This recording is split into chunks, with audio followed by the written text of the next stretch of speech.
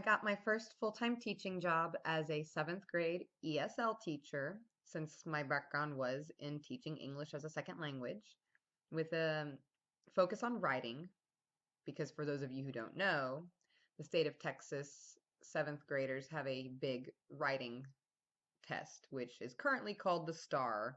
It was at one point called the TOS, and it was at one point called the TAX, and I'm sure in a year or two it will have a new name. So this school, it was a low socioeconomic demographic, which I didn't have a problem with personally, but there was a lot of negativity on the campus, both in the staff and in the student body. There was a fight almost every single day. Kids brought knives to school. They cussed at their teachers. They stole things. And then the staff of the school were all angry and resentful and jaded. And I was just drowning in all of the negativity that was surrounding me there. So I continued to look for work somewhere else because I told myself, okay, if I could just get to a better school, then I'll be happy.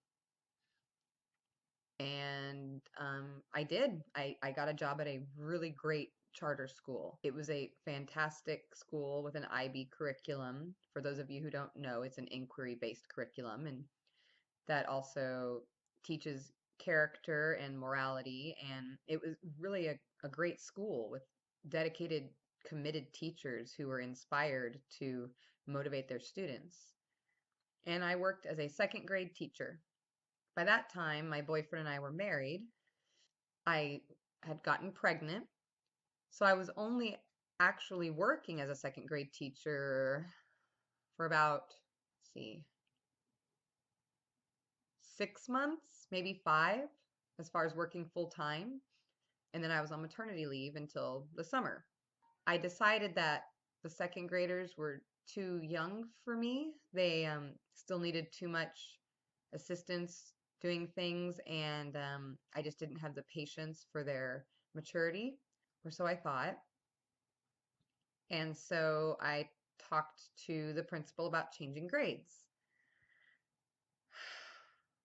In the next year, I taught fourth grade, and I made it through the whole year. And I was miserable. I kept changing schools and changing grades, thinking I would find my niche in the world of teaching. And it suddenly occurred to me that I didn't want to be a teacher. I had never wanted to be a teacher. So I don't know why I was in it for as long as I was, even though in some others' eyes it really wasn't that long at all. And don't get me wrong, I love kids, but I just couldn't do what teachers do. And at the school I was working at, there were very high expectations of the teachers. And so that made it even more difficult for me. And so I quit. And I just felt even more lost. So here I was at this point, God, 28. I was 28. And I felt like I had just wasted so much time. I I got a degree in something I didn't care about, and even knowing that, I still got a job as a teacher and got my teaching certificate, and I couldn't stand it. I felt like I was dying inside, and then once it was all over, it's like, what am I supposed to do now? The only way I could justify quitting teaching to my husband and my parents, who were still very involved in my life, was if I had another plan. And so I manifested one. I had been playing with the idea of web development and web design, which was something I have an interest in and something I did enjoy. But once I actually got enrolled in the classes for it and was doing this self-paced course, and I was doing just fine with it. I mean, I had challenges, as you do, but I was getting through it and creating an outcome, a product. But all I could think about was doing it full time and how I could already see myself being just as miserable as when I was teaching, just in a different setting. And I wasn't really committed to it. I wasn't putting the hours in. I wasn't passionate about it. I was still getting paid at this point because my teaching contract was good through, I got paid through September. That's how the contract works. So I didn't have the motivation to worry about money. And I was taking care of my, at that time, 1.5-year-old son, which also took a lot of work. And even then, my husband wasn't very supportive in giving me the time that I really needed to work on things. I had my son on in my care. My son was in my care. I didn't have a babysitter, and he wasn't going to daycare. We had family nearby, and they helped, but not full time.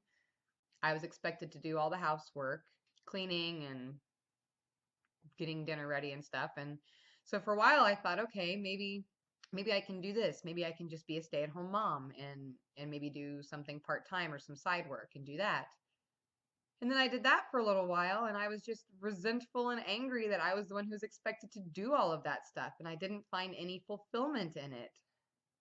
And I continued to feel so incredibly lost. I could feel my spirit evaporating from my body, and I was depressed and sad, and I just didn't know what to do.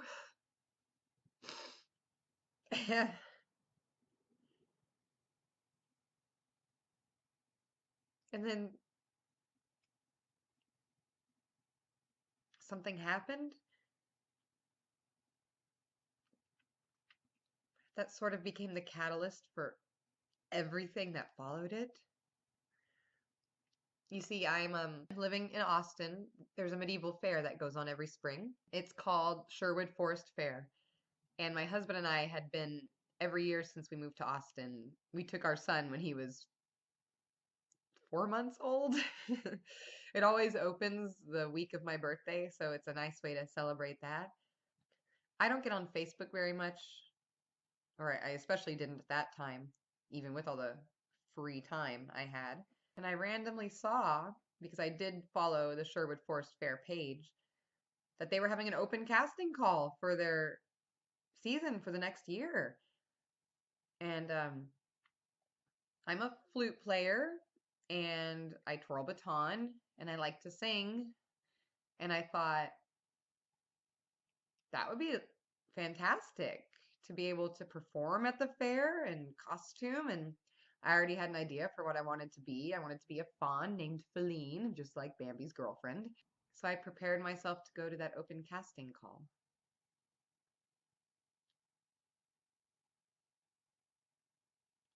And after that, everything started to change. I'll tell you more about that in my next video. Thank you all for listening and giving me the opportunity to work through some of my experience. In the comments below, please feel free to share when you felt lost in your life and what that was like for you. For me, it took a while for me to even realize that I was lost. So how did you finally come to realize that you had that feeling in the back of your mind and weighing on your spirit? Because I'd really like to know how you discovered it and what you did to deal with it. I did a lot of escaping, lots of video games, among other things. Thank you again for listening, guys. And I want to remind you that not all who wander are lost.